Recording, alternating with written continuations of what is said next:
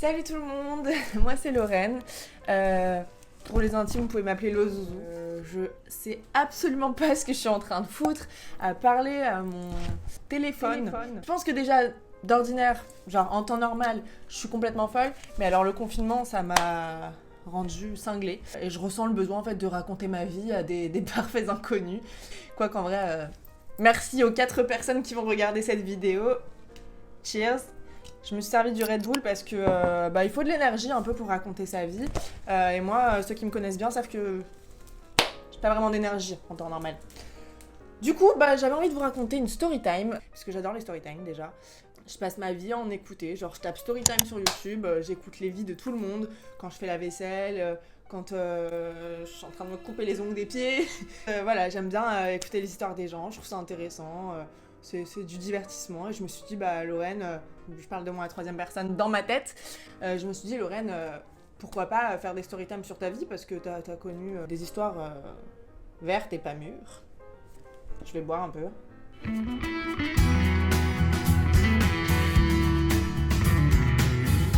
J'espère que vous restez avec moi.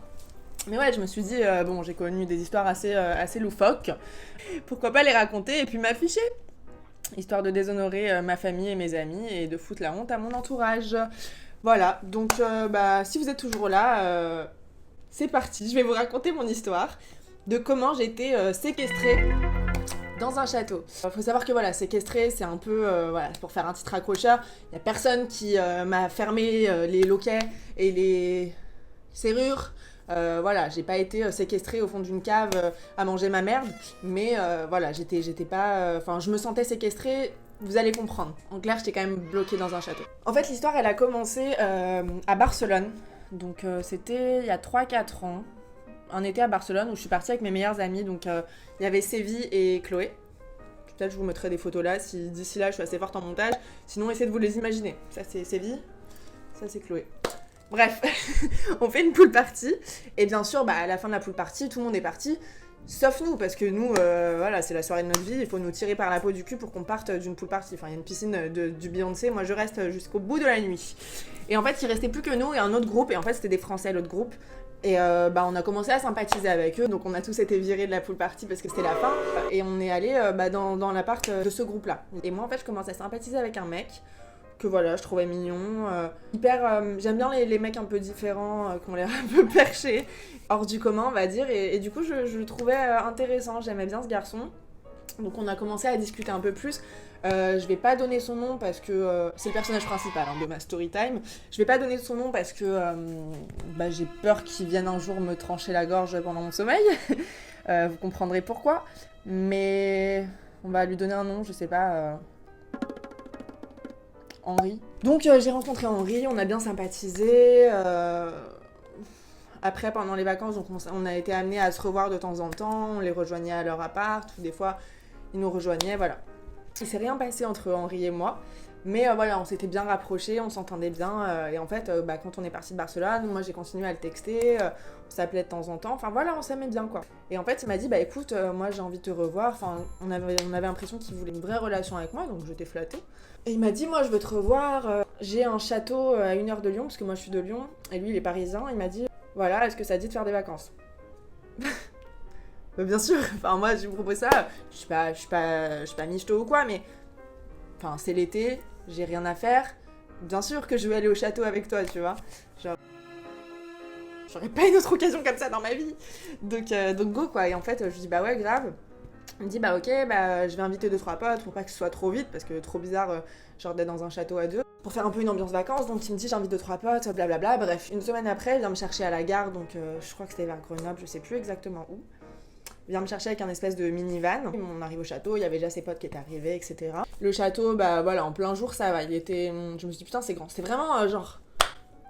Je sais pas, c'était plus grand que la Banque de la Monnaie, que l'Elysée, j'en sais rien, c'était immense le truc, genre il y avait au moins 5 étages, 5 tours, même Fort Boyard, le château sur une île, je suis sûre qu'il est plus petit que ce château-là, ce château c'était un village, il était immense, il faisait peur, je pèse mes mots, il faisait très peur, c'est-à-dire que 90% du château, c'était des pièces qui étaient à l'abandon, c'est-à-dire avec des poussières, pas d'ampoule, des vieux grimoires, des tables, on aurait dit qu'elles avaient été rayées par des gens du Moyen-Âge qui étaient en train de mourir, enfin j'en sais rien, enfin...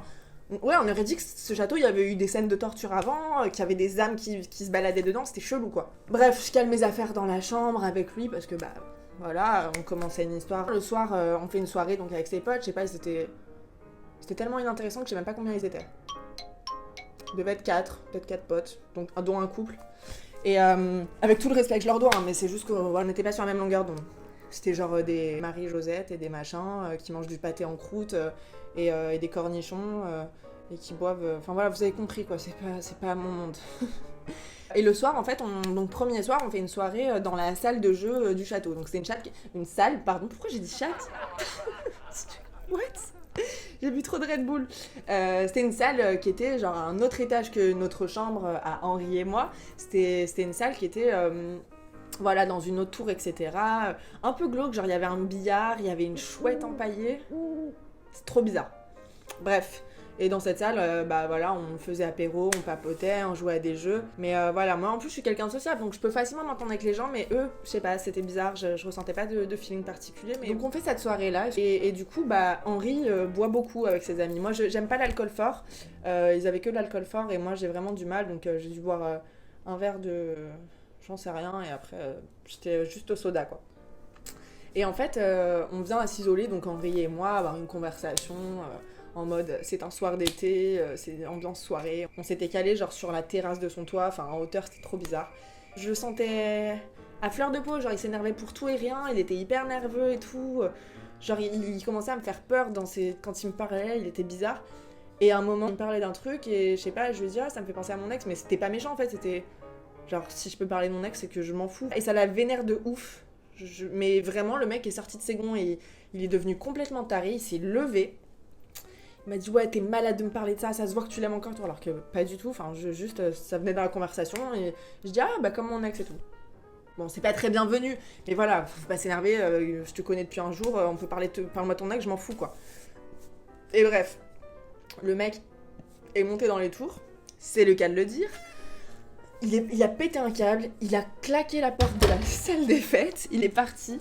Et en fait, il est allé dans notre chambre conjugale en mode il était vénère et genre, je sais pas, je saurais même pas expliquer pourquoi, j'ai même pas compris. J'ai l'impression qu'il s'était même pas embrouillé contre moi, il s'est embrouillé tout seul dans sa tête parce que c'était pas possible de partir aussi loin quoi. Et du coup, le gars part dans la chambre, moi je me dis bon bah ok, pète ton câble, enfin si tu veux engueule-toi, mais engueule-toi avec toi-même parce que moi je me suis pas engueulée avec toi. Et du coup, je me cale avec ses potes et je joue aux cartes, je papote avec eux, je suis là pour la bonne humeur, je vais pas aller voir un mec qui est de mauvaise humeur. Et ses potes, ils commencent à me dire ouais mais tu comptes le rejoindre quand Henri dans la chambre et tout, parce que là il nous écrit des textos en mode elle fait quoi Lorraine, pourquoi elle me rejoint pas, demandez-lui ce qu'elle fait. Voilà, au bout d'une heure je me dis bon, moi j'avais vraiment pas envie d'y aller, hein. Ça tenait qu'à moi, j'allais jamais le rejoindre parce que il me faisait flipper, et enfin je te connais depuis un jour, on est en vacances, tu me prends la tête, bah j'évite quoi, va te coucher si tu veux et demain ça ira mieux. Et ses potes ils me disent ouais franchement Lorraine tu devrais y aller et tout, ça se fait pas machin, donc je commence à culpabiliser, je me dis bon bah le gars, il m'a invité, il a l'air de bien m'aimer, enfin, je vais le rejoindre, on va parler, mais j'avais pas du tout envie. Donc donc j'ai au revoir, bonne nuit à tout le monde, je commence à partir sur la route pour aller le rejoindre dans notre chambre. Sauf que j'ai fait l'aller jusqu'à la salle des fêtes avec lui, mais le retour, je savais pas comment aller dans cette chambre, je savais même pas où elle était, dans quelle aile du château elle était, genre, je savais pas. Et du coup, je commence à partir avec mon portable qui avait bientôt plus de batterie, qui captait pas dans plein d'endroits du château. Et en fait, je tombais dans des pièces que j'avais jamais vues, où il faisait noir, il n'y avait pas d'ampoule, je tombais sur des chevaliers en armure alignés comme ça, des grimoires, Waouh, c'était trop bizarre, des toiles d'araignée partout. À un moment, j'étais bloquée dans les escaliers. Franchement, c'était Fort Boyard. J'ai fait Fort Boyard, mais toute seule, dans le noir, pour rejoindre la chambre. Et j'ai vraiment mis une demi-heure, mais même plus qu'une demi-heure, pour rejoindre la chambre et pour la trouver. Et je pleurais, je tremblais. Enfin déjà, tu vas voir un mec que t'as pas envie de voir. Et en plus, j'avais trop peur. À un moment, j'étais bloquée dans les escaliers parce qu'il y avait une araignée comme ça qui m'attendait sur la route en mode tu ne passeras pas. Je suis passée en courant dessous. Enfin bref, horrible. Et là, je commence à reconnaître de loin un peu le couloir de notre chambre qui était éclairé. Le seul endroit éclairé de tout le château. Et j'entends des bruits, genre des trucs qui sont lancés. J'entends du bruit de malade et j'entends une porte qui claque comme ça. Faut savoir qu'il y avait que lui de ce côté du château, sinon tous ses potes étaient dans l'autre pièce. Je me dis bah c'est lui, c'est vers notre chambre. Ou alors c'est un fantôme, on sait pas, je sais pas. Et je me dis bon bah ok, il a pété un câble quoi. Et je regarde dans le couloir, en fait, le mec avait jeté toutes mes affaires. C'est pas genre il avait poussé ma valise hors de la chambre. Non, il avait pris ma culotte, il l'avait lancée là, il avait pris ma chaussette, il l'avait lancée là, mon pull. Mais voilà, le mec zéro respect, il a pété un câble, j'ai cru que c'était dans Secret Story, enfin j'ai pas compris, moi j'aime pas les drames. Donc j'étais là genre what the fuck, zéro réaction, en plus j'avais envie de dormir, cette soirée elle m'avait blasé. Je sais pas moi, genre à la limite je peux m'énerver pour les gens que j'aime, mais la flemme quoi. En fait c'est super fatigant de parler seul parce que y a personne qui vous répond. Donc on se dit est-ce qu'on parle tout seul Donc je vois toutes mes affaires par terre et je me dis mais qu'est-ce que je fais Il me fait peur, enfin ce mec, je me suis dit ok il est plus taré que je pensais. Et j'ai commencé à me caler genre sur un petit siège qui était dans le couloir, genre un siège de l'époque là, avec de la moquette dessus, enfin bref, je ne saurais vous expliquer. Je me cale dessus et en mode, je regarde dans le vide et je me dis qu'est-ce que je vais faire en fait. Et je reçois un texto de lui, du coup, genre ouais, ce que tu m'as fait c'est impardonnable, tu préfères traîner avec mes potes qu'avec moi, t'en as rien à foutre de moi, tu me prends vraiment pour un con, bah tu sais quoi, demain je te ramène à la gare et toi et moi c'est fini, machin. J'ai eu un soulagement, je me suis dit bah génial, je pars demain, on est d'accord sur ça, j'en peux plus, t'es trop bizarre, je veux rentrer chez moi, vite en fait.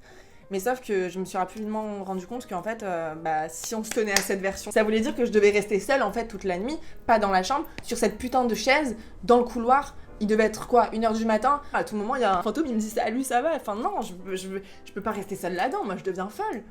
Et là, je me suis dit, ok, technique de survie, je sais même pas comment mon cerveau, ouais, c'est vraiment en mode survie, en mode faut trouver une solution. Je vais pleurer bien fort. Tu vois, pour qu'ils se disent, bon bah elle est arrivée, elle est là, elle est au courant, elle a reçu mon texto, elle a une réaction, parce que depuis le début j'avais pas de réaction. Voilà, j'ai fait semblant de pleurer. Là, il ouvre la porte et tout, et il vient me voir, et il me dit ça va et tout. Moi aussi, je suis touchée. Je crois qu'il pleurait aussi.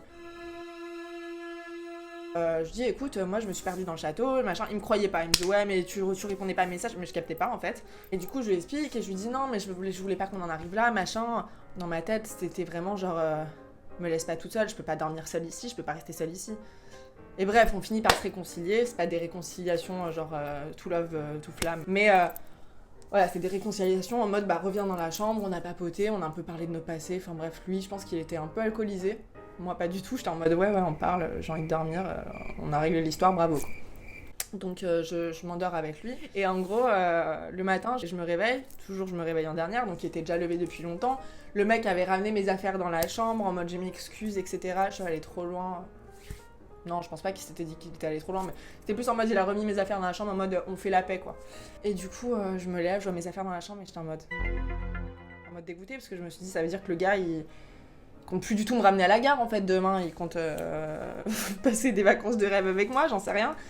Bah ouais, ça s'est passé comme ça, c'est-à-dire que bah pour lui, ça y est, c'était réglé. Et en fait, j'avais tellement peur de ce mec et de ses réactions, et vraiment, genre, je sais pas ce qui se passe dans la tête de ce garçon, on dirait qu'il est sous drogue hallucinogène 24h/24, mais en fait, le mec, il est imprévisible, on sait pas ce qui peut se passer. Moi j'avais trop peur de lui, j'avais trop peur de lui dire que je voulais partir, je savais pas ce qu'il pouvait faire, j'avais peur de château, enfin j'étais pas bien en fait. Et je me suis dit bah dis rien et attends en fait, prends sur toi et tu partiras un moment et tu le reverras plus jamais. Et du coup bah je suis restée, ça a duré une semaine en fait. Je suis restée une semaine dans le château, mais sauf que j'étais pas bien tout le temps.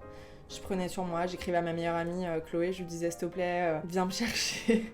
Et elle me disait ouais si tu veux bah je viens te chercher la nuit en secret, et moi j'essayais de trouver comment sortir parce qu'il fermait le portail la nuit, je savais pas où étaient les clés, enfin c'est pour vous dire à quel point c'est allé loin parce que j'avais vraiment peur, mais j'avais trop peur de lui dire aussi quoi.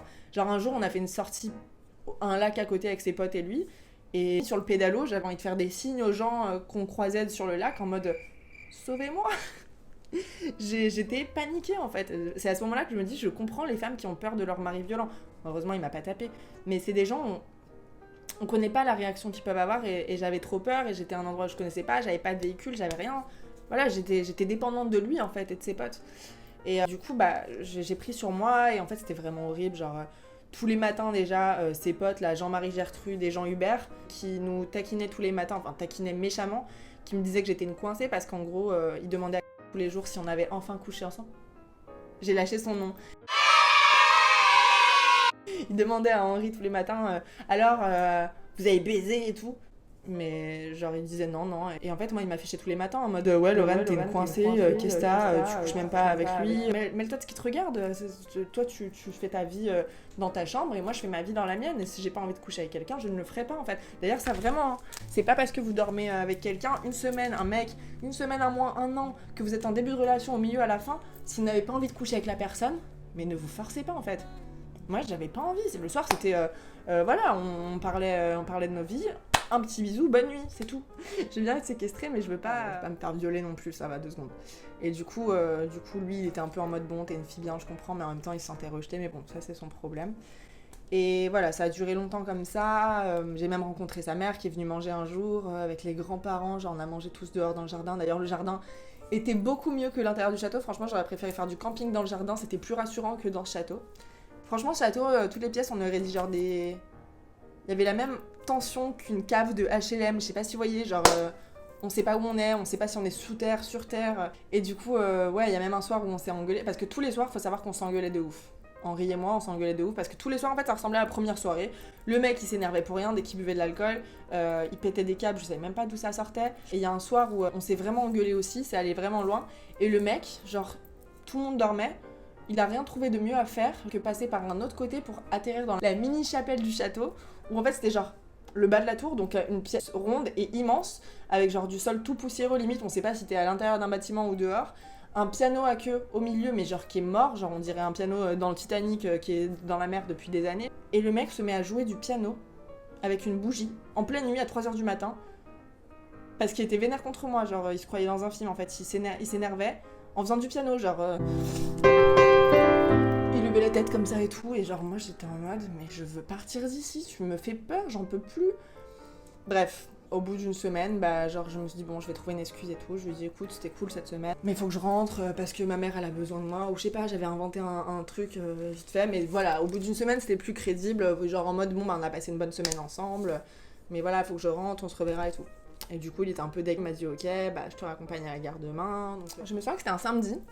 Et en gros, tout le long, sur la route en voiture, quand il m'a amené à la gare, il me disait bon, bah on se revoit vite, on se revoit lundi, alors qu'on était samedi, tu sais. On se revoit lundi à Paris, machin, parce que j'allais souvent à Paris. Et il me disait j'ai trop hâte, tu vas me manquer, tu me manques déjà. Moi j'étais en mode ouais, moi aussi. Je voulais juste m'en sortir vivante, hein. Je voulais juste qu'il m'amène jusqu'à la gare. Limite, il m'aurait dit ouais, on se marie mardi prochain, j'aurais dit ouais, grave, je vais acheter ma robe de mariée. Je pouvais dire n'importe quel mytho tant que il me posait à la gare et je savais qu'à partir de là, je ne le reverrais plus jamais de ma vie, je voulais plus jamais le revoir. Du coup, il m'a posé à la gare, genre il me faisait des bisous. Tu sais, genre le genre de mec qui reste jusqu'à que ton train il soit là et que genre les portes elles se ferment et qu'il parte. Genre il attend le sifflet et pour partir et il est en mode comme ça et tout. Le mec m'a accompagné jusqu'au train, il m'embrassait, machin. Dans ma tête, je suis en mode dans 3 minutes, je ne le vois plus, jamais de ma vie. En mode ouais, bisous, tu vas me manquer et tout. Il me dit on se voit lundi. Je dis ouais, t'inquiète, on se voit lundi, machin. Les portes sont fermées. Je me souviendrai toujours. J'ai posé ma valise. Je me suis assise sur mon siège, j'ai pris mon portable, j'ai fait bloqué. Je l'ai bloqué sur tous les réseaux. Et j'étais trop soulagée en mode je te revois plus jamais de ma vie. Et en fait, je sais pas comment, il avait réussi à me réécrire sur une plateforme ou je sais plus comment il avait fait. Il m'a dit mais qu'est-ce que t'as et tout, on se voit toujours lundi, machin. Et je lui ai dit écoute, pour moi le feeling il passe pas, je pense que c'est mieux qu'on arrête là. Et le mec était hyper surpris. En mode on vivait la meilleure romance du monde et il tombait des nues. Genre, lol. Et voilà, et du coup ça s'est fini comme ça. J'espère que je vous ai gardé jusqu'au bout, que c'était intéressant un minimum, que ça vous a diverti. N'hésitez pas à me dire si vous avez des conseils sur mon maquillage de drag queen. Sur, je sais pas, des conseils, ils sont les bienvenus tout simplement. Soyez pas méchants parce que je suis une sensible. Voilà, je prends les conseils mais constructifs. Abonnez-vous, je crois qu'il faut dire ça. Peut-être que je ferai d'autres vidéos où je raconte ma vie si ça vous intéresse. Ou si vous avez d'autres idées, n'hésitez pas. Je vous fais des bisous. Des gros bisous. Et puis, à bientôt peut-être. Bisous. La coiffure, mon dieu. En fait, je viens de réaliser qu'il n'y avait pas vraiment de chute à mon histoire. Désolée hein, si vous avez perdu quelques minutes de votre vie. Mais bon, c'est la manière dont ça s'est passé. Donc, j'allais pas inventer une autre histoire. Voilà, la chute, c'est que j'ai réussi à sortir du château. Voilà. Soyez heureux pour moi. Merci. Bisous.